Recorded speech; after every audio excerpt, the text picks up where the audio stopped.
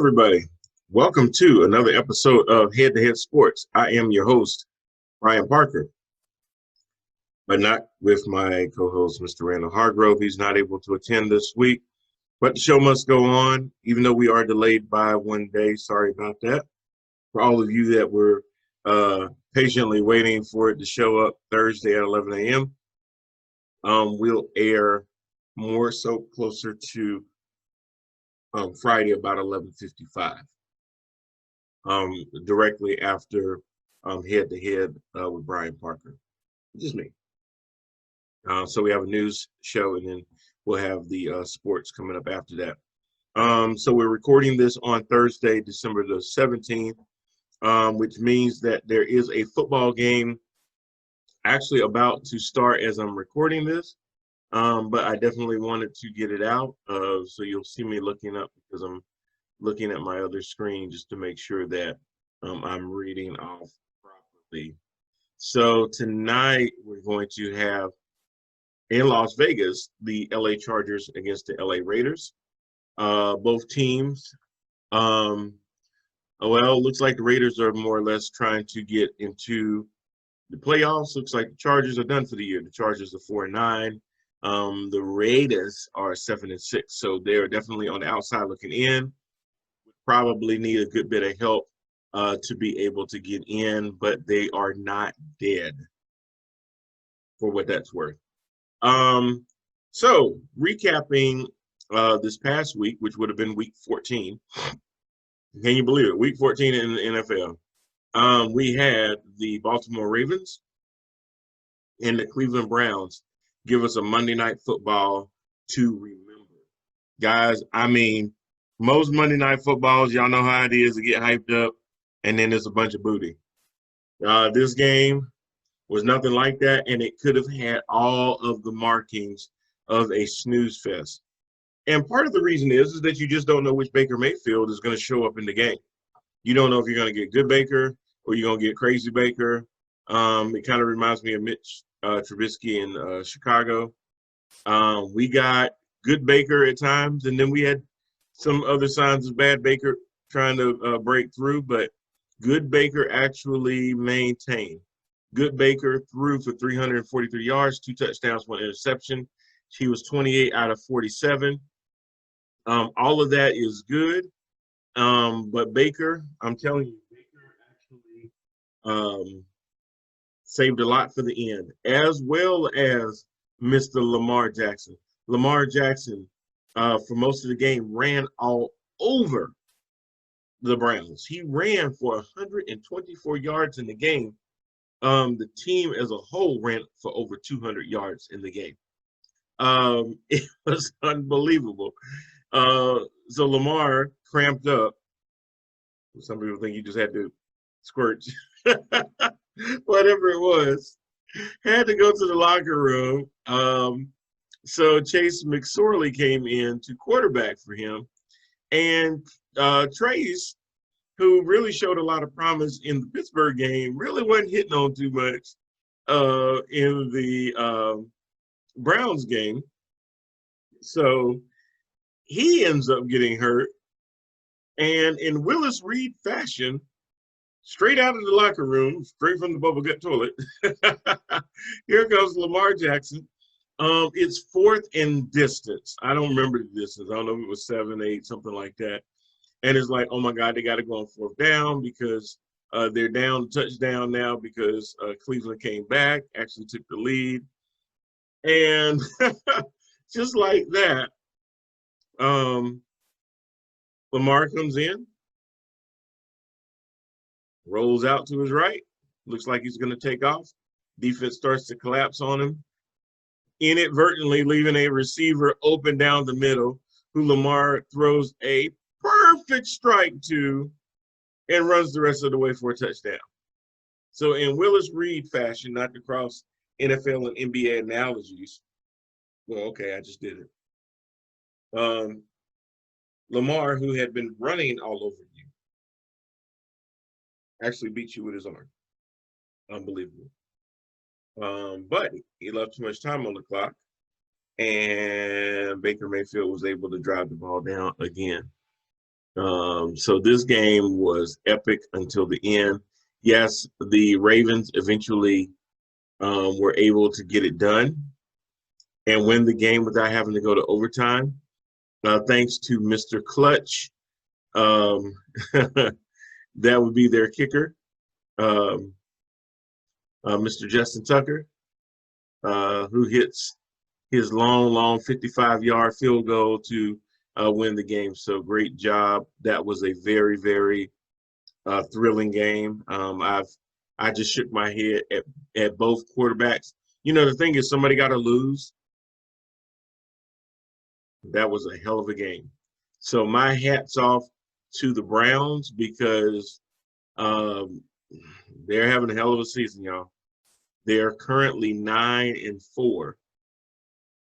So we look at that. That actually puts them in the AFC North directly behind the Steelers, who dropped 2 straight. We'll talk about that in a second. But they're in it, y'all. They may not win the AFC North because basically the Steelers would just have to start dropping a lot more games. I don't think that's going to happen the rest of the way. We'll talk about why that is the case. But they're definitely going to be a wild card unless they start to slip. So right now, your AFC leaders would be the Bills. And there may not be anybody else in that division to come out. The Dolphins are right behind them at 8-5. You have the Chiefs at 12-1, and then again the Raiders, if they win tonight, would go up to 8-6. But then they would need some help from the Dolphins. The Dolphins would have to lose their upcoming game for them to be in contention. And then like I said, the AFC North, you've got 3 potential teams. You've got the 9-4 Browns, and then right behind them are the 8-5 Ravens. So if the Browns do slip, now the Ravens have a tiebreaker over them. Could that come in handy at the end? Could be, because in the AFC South, you've got 2 teams duking it out for number 1. Tied right now. Not really tied because it's the Texans and the Colts. I believe the Colts already beat the Texans. The Colts did. I'm sorry, not the Texans, the Titans. The Colts did beat the Titans back in November. And the Titans beat the Colts in November as well, so they're split. So then it's going to be a different tiebreaker than just head-to-head. So this game is going to be important for Indianapolis, and then the Titans game is going to be also important to keep up. But right now, because there are only 7 teams that can make it, right now you've definitely got the Bills, the Chiefs, you got the Steelers, you got the Titans and the Colts more than likely. So you only got 2 more teams to pull from. Right now, that would be the Browns. And if it ended right now, it would be between the Ravens and the Dolphins. I don't know who's got the tiebreaker there, but that's kind of what it is. So you've got a couple jumbled up for that 5, 6, 7 spot in the AFC. So, you know, good luck. We'll be looking out for you. Just to take a quick look in the NFC least are being led by the Washington football team. They've actually started jumping up a little bit. And then the rest of the NFC least, you have the Giants, who are in second place, followed by the Eagles. We'll talk about that too. And then followed by the lowly Cowboys. And then in the NFC, the rest of the NFC West, you've got the Rams, who are 9-4, tied with the Seahawks. So that NFC West is going to get really tight. I don't see the Cardinals pulling it out because they're only at 7-6. So 4-win team, 4-loss team versus 6-loss team. That's going to probably be enough to put somebody out of the playoffs. Even if the Cardinals went out, they would only end up at 10-6. And there's going to be some 10-win teams that don't make the playoffs for sure. NFC North, you've got the Green Bay Packers pretty much running away with the NFC North. They've only have 3 losses to 10 wins. So with 3 games left, they're pretty much going to be okay. The Vikings and the Bears both tied at 6 and 7. Probably not going to get but 1 team out of the NFC North. Here's going to be the place where you're going to get multiple teams probably. That's going to be the NFC South. even though the Saints just dropped the game to the Eagles, they're still 10-3. The Bucks, they've been up and down all year, but they are 8-5. So as it is right now, your top 7 teams, you would be looking at Washington, the Rams, you'd be looking at the Packers, you'd be looking at the Saints, and then right now you'd be looking at the Bucks with 5. You'd be looking at Seattle with 6, and then right now it's Arizona. Yeah, it's Arizona with 7 wins. If Arizona wins out, actually they could make it in. And because you're not going to get anybody else out of the NFC East. More than likely, you're not going to get anybody else out of the North, and you've already pulled 2 teams out of the South, Atlanta and Carolina, pretty much out of it. So you're going to have a team with a losing record in the playoffs, and that's more than likely going to be the Washington football team. However, if they do slip, the Giants are more than capable of overtaking them and having something to say about that playoff spot. So definitely going to get a little tight when it comes to the playoffs. Anyways, so we did talk about the Ravens and the Browns, but that by far wasn't the only game that was very, very exciting. The Bills and Steelers proved to be a pretty good game. It looked like a tight defensive game. Neither offense could get going. And at the end of the day, then the Bills had a couple of good plays where they pulled away and beat the Steelers, who handed them their second loss. They just could not do anything with the run game. They're dependent too much on Ben Roethlisberger to throw them to victory. Guys, Ben can have some really, really great days, but at the end of the day, he is an older quarterback. So we've got to be able to mix it up enough. And with the defense being battered and everything else, but Dupree out, is really, really going to fall on the front four to really put enough pressure on the team's quarterback so he doesn't have all day, so he's not comfortable. But Josh Allen to Stephon Diggs in the second half of that game, he burned through them like somebody with STD at the health department. He was going to get it. The Washington football team stood up on them 49ers, stood up on them, ran on them, threw on them, 23-15. Awesome. Chargers eked out the win in Arizona since they can't play in California right now against the Falcons. I almost tried to give them the game. Same thing with the Packers. Tried to give the Lions the game. But that bad man, Aaron Rodgers, came through at the end and did what he does best. Seattle told the Jets, don't even think about it. Russell Wilson still is the quarterback, and they took care of business 40-3. The team that I keep saying is flying under the radar are those Indianapolis Colts. Who knew? Phillip Rivers, we always thought might have been the reason that the Chargers have these up and down seasons, but he's only been up with the Colts. He's been 9-4, so he's having one of his better seasons. Now, he's also had some good seasons in LA like this too, and they have a good regular season and then just lay an egg when it comes to playoff time. Well, watch that. I mean, he is putting up a lot of points, 44 points in this game. That is quite a lot. When you talk about your top quarterbacks, Phillip Rivers, surprisingly, y'all, is towards the top. He is actually number 9 as far as quarterbacks. He has over 3,500 yards. He's thrown 20 touchdowns, and he's thrown 9 interceptions. In comparison, Patrick Mahomes has thrown 33 touchdowns. So he's not in that top echelon, but he's definitely in that second tier. So he's actually having a pretty good year, to be honest with you. He's scoring a lot. He's scoring a whole lot. So good luck to you, Phillip, because, you know, kind of thought your career was over when they cut you from the Chargers.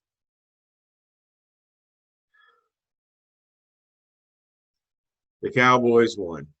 Now, water is wet. Now, the Cowboys won against the Bengals. Joe Burrow, of course, is out for the season. And they did take care of business. I shouldn't have to congratulate you for beating who you're supposed to beat, but because they are the Cowboys, congratulations. The Cardinals played the Giants and made sure that Kyler Murray to DeAndre Hopkins was something that they heard over and over and over and over and over again. So congratulations to the Cardinals. Panthers, oh my God, my Panthers. 1 minute I think that you're not going to be in this game, then you get close, and then you have untimely plays where it just doesn't work out for you. They've had so many close games of under a touchdown or less this year. Something to build on for Matt Rhule and the guys in Carolina. So they came up a little short against the Broncos. Drew Lock actually had some nice wide open throws that he connected on. So good deal to the Denver Broncos. The Texans did not show up against the Bears. Mitch Trubisky actually was good Mitch for once. We don't know if we're ever going to get good Mitch, but good Mitch threw 24 for 33, 267 yards, 3 touchdowns, and also more importantly, no interceptions. So very surprising, but hey, that's what you get with good Mitch sometimes. Dolphins made it a game against the Chiefs. The Chiefs are starting to show that they're not necessarily unbeatable. What Rand mentioned last week is that sometimes Kansas City has the propensity to take their foot off the gas a lot. And that was evident again. They start out quick. At halftime, it was 14-10. Now, they did score more points in the second half, but they scored most of them in the third quarter. Again, they had a very, very pedestrian, you can call it pathetic, fourth quarter, breaking it down. It was 14-10 at the end of 2. It was 30-10 at the end of 3. 30-10. You're up 20 points. Well, Miami scores 17 points in the third quarter, and they only scored 3, which is a net 14. So they got very, very close. They got within 6 points. That's a little too close. But Patrick Mahomes also threw 3 interceptions, which is unheard of. But give Miami credit for disguising their defenses a lot, kind of confusing Patrick, baiting him into some bad throws, not the cleanest throws. But Tyreek Hill is still just a beast. He's a man's man. Tampa Bay actually took care of business against the Vikings, pretty much keeping Dalvin Cook in check, not letting him just run all over them like he's been doing. The Rams made sure that Cam Newton and the Patriots were uneasy with their West Coast swing as they stayed out after beating the Chargers 45-0 the week before, had nothing left for the Rams, and it was evident in their 24-3 loss. Finally, we had the Titans and the Jaguars, and let me just continue to say, Derrick Henry, you a bad man.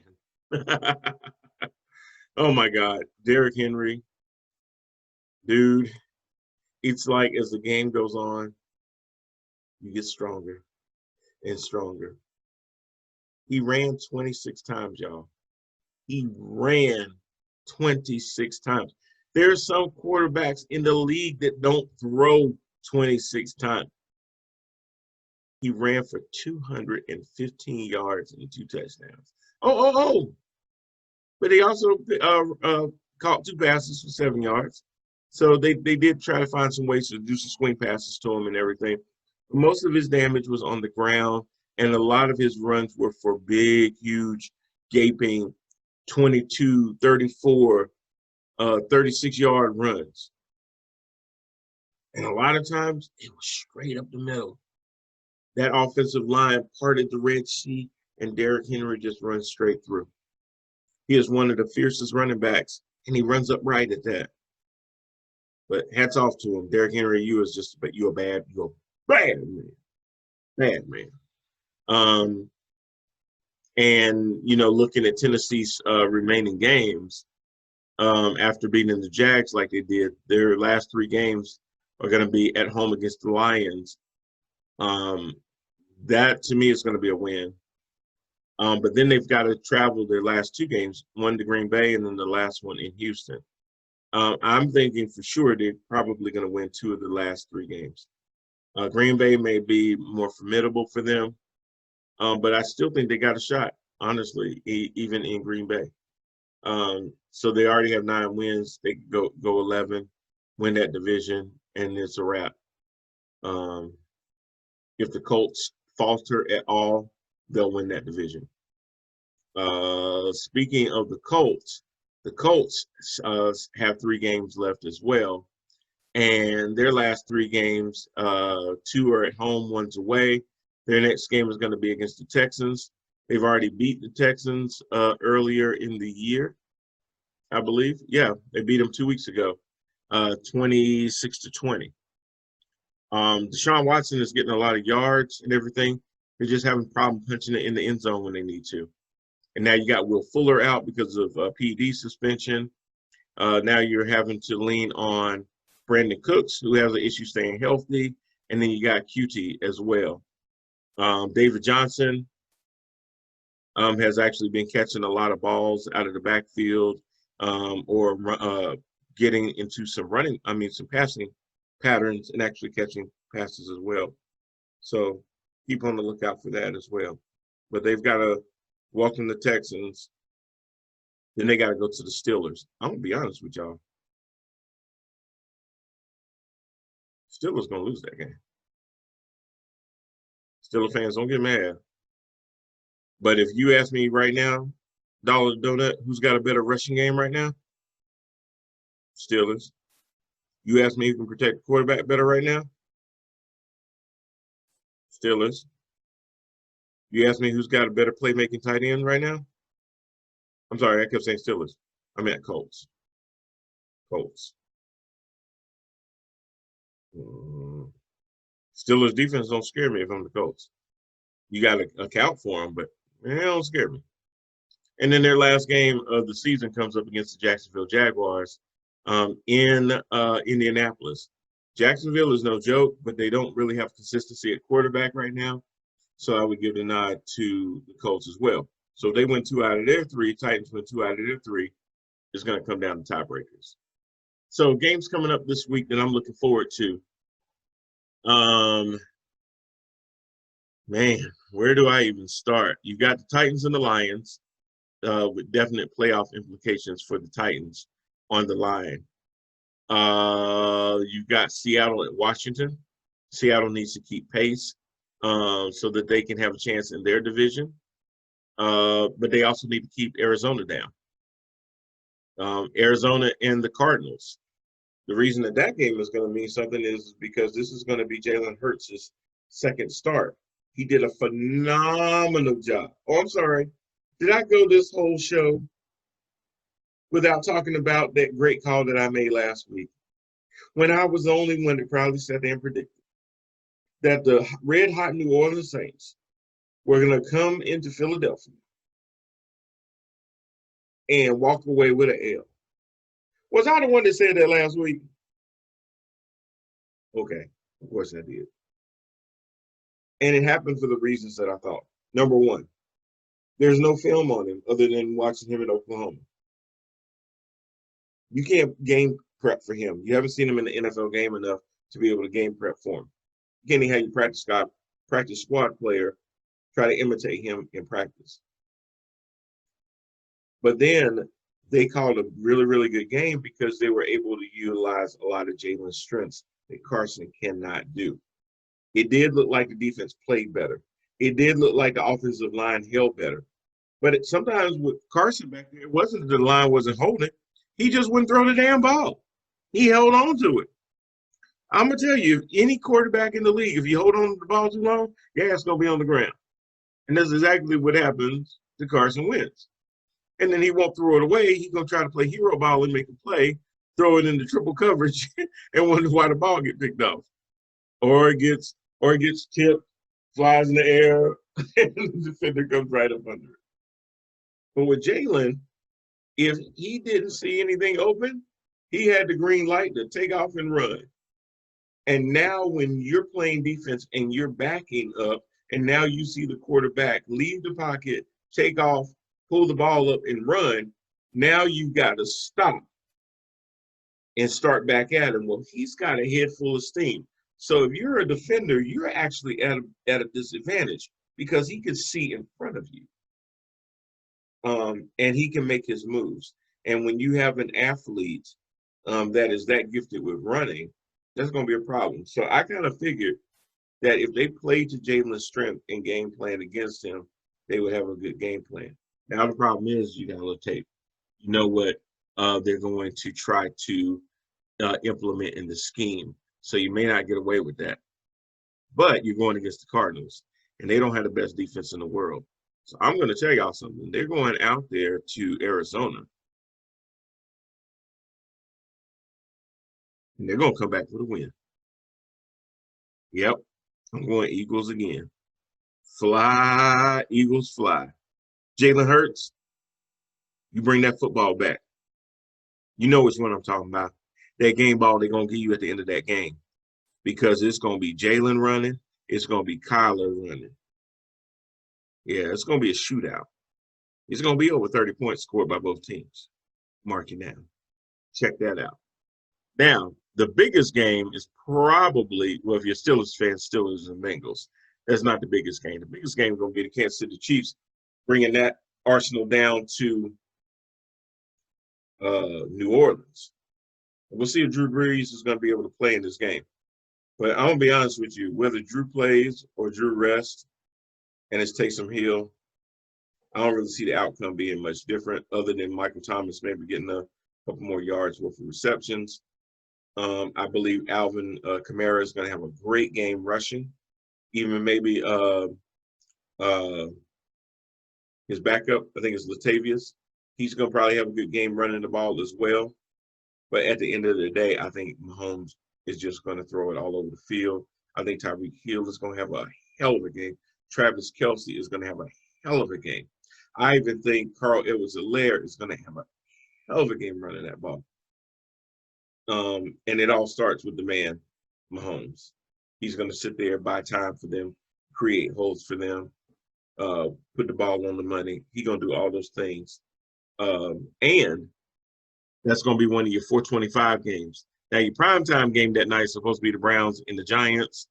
I wish they would flex that because I got a feeling that the Browns are going to obliterate the Giants. And then, unfortunately, on Monday Night Football, we have the Steelers and the Bengals. Steelers.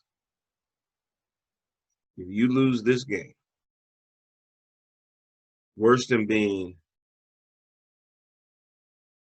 0 for your last 3, you will have lost to the Bengals. Not the Joe Burrow-led Bengals, just the Bengals. At home. Y'all can't do that, man. Y'all just beat these cats a couple weeks ago, 36-10.